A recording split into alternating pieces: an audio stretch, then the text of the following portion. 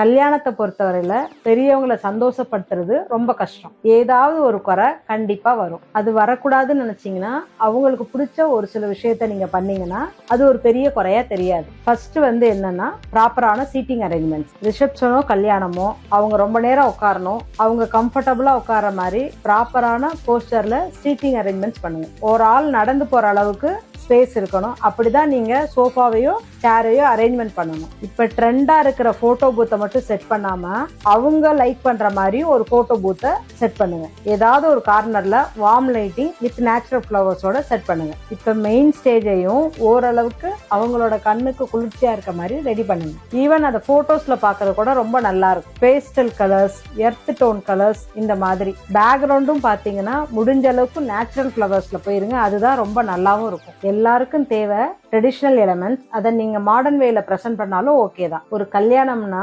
எல்லாமே தேவை, அது பெரியவங்களோட ஆசீர்வாதத்தோட.